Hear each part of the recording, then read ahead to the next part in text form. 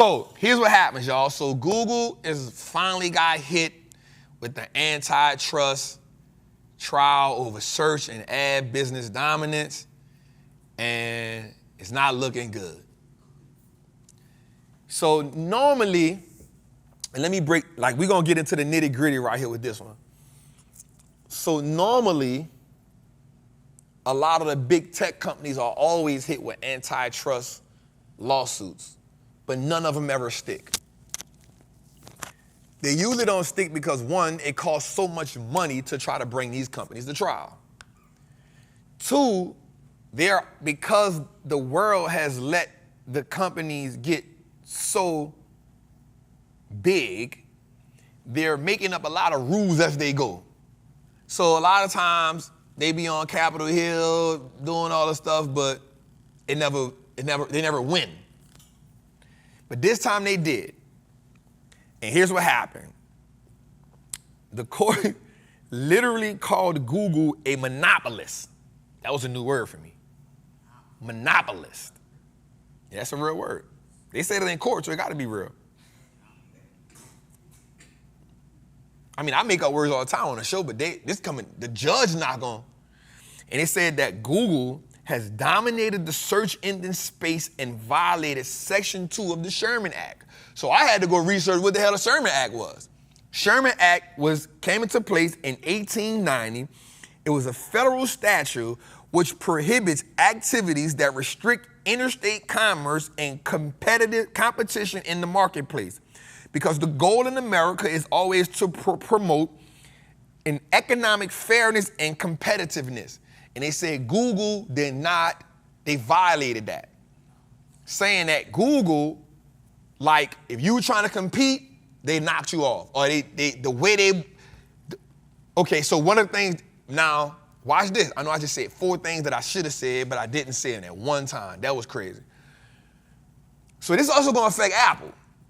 And so people don't realize why that Apple will take a little hit today. Well, part of that was because, Google pays Apple $21 to $26 billion a year to be the leading search engine on Apple. Now, mind you, Apple has Safari, but they like, nah, you be. Well, they're the number 2, but because Apple is number 1 on their thing, but Apple don't promote Safari. They're like, yo, we get the 28 billion, we ain't tripping. And that's kind of like that's one of those, we ain't gonna put it in writing, but George, that's why I'm gonna pay you the 28. In whatever you need, but that's an old fashioned, a gentleman's handshake is what they call that. Right? And so, it's also gonna affect Apple because Apple, Google, Amazon, and Meta now also have antitrust cases. Because Google got another one. No. What happens now is, with Google being the first one, it's kind of like, remember when Elliot Ness was going after the mob? Like, that was his thing. And after he got one, he was like, I got y'all. He went to so that's how this is. It's like, once you get one, there's clues after this one, because they all follow the same blueprint. And so I had to go a little further. I had to find out. So here's what I found out. In 1890, President Benjamin Harrison signed the bill into play and then Roosevelt also was doubling down on it because Ford Motors, Rockefeller, Carnegie were antitrust. They were dictating at that time at a huge level. Oh, you can't nobody, so what people don't know is that's really how Rockefeller and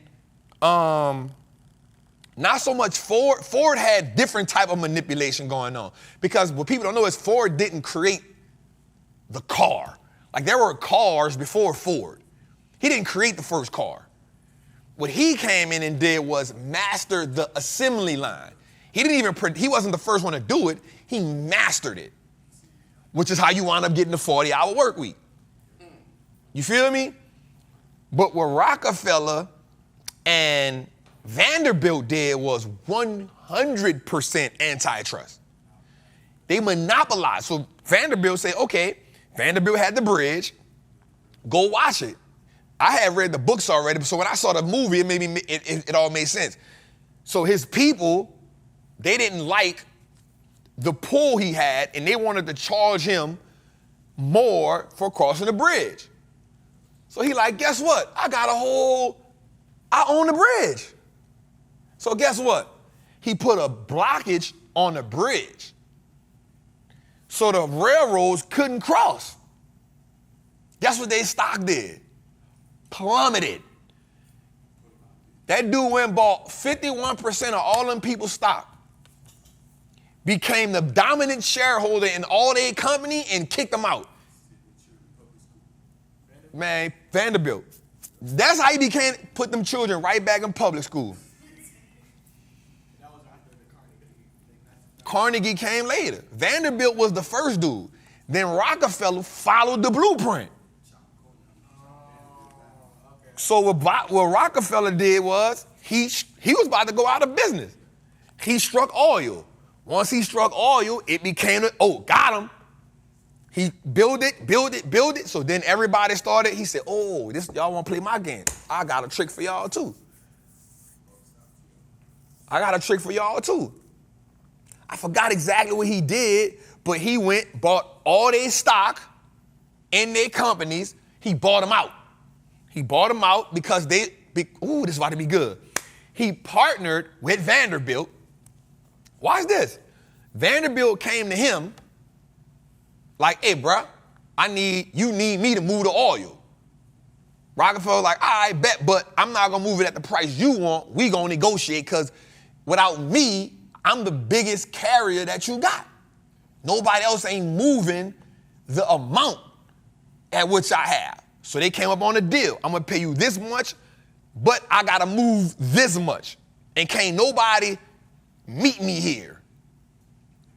So he forced Vanderbilt to go at a number less than what he wanted to. But at the same time, it was more money than anybody else could give him. So what he did was he dominated so much of the railways where the other companies could only put like a small portion of oil, put them out of business, went and bought the stock in theirs, and when he bought the stock in theirs, he went and built his own railroad. Then he told Vanderbilt, guess what? I don't even want to use your railroads no more. I'm about to make a pipeline.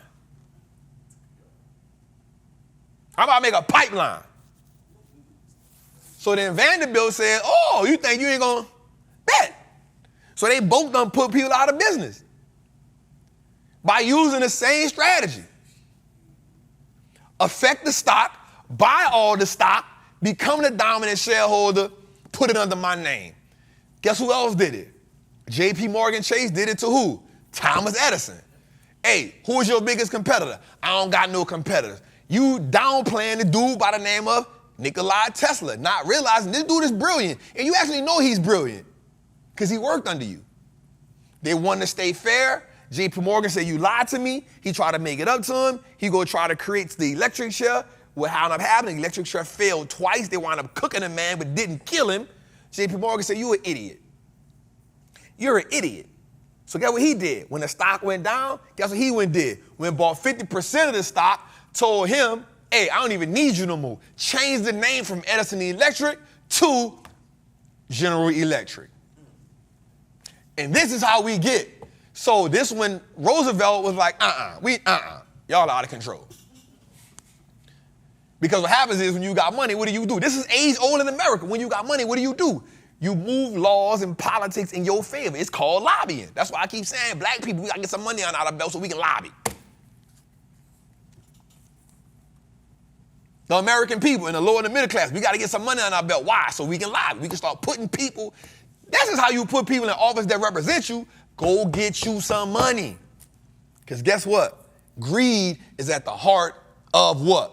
America. Why do you think slavery lasted so long? Why you think they fought so hard for it? Greed. It ain't had nothing to do with nothing else. Greed, money.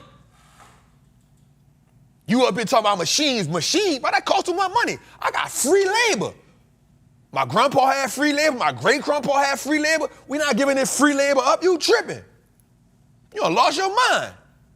We gotta fight for this. What that would call civil war.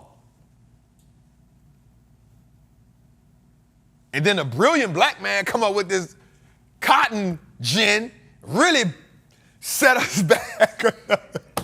He really slapped us in the face with that joker. So, as people who want stuff to change, what do you have to do, yo? You got to get some money so you can lobby. I'm about to say something that people ain't gonna write.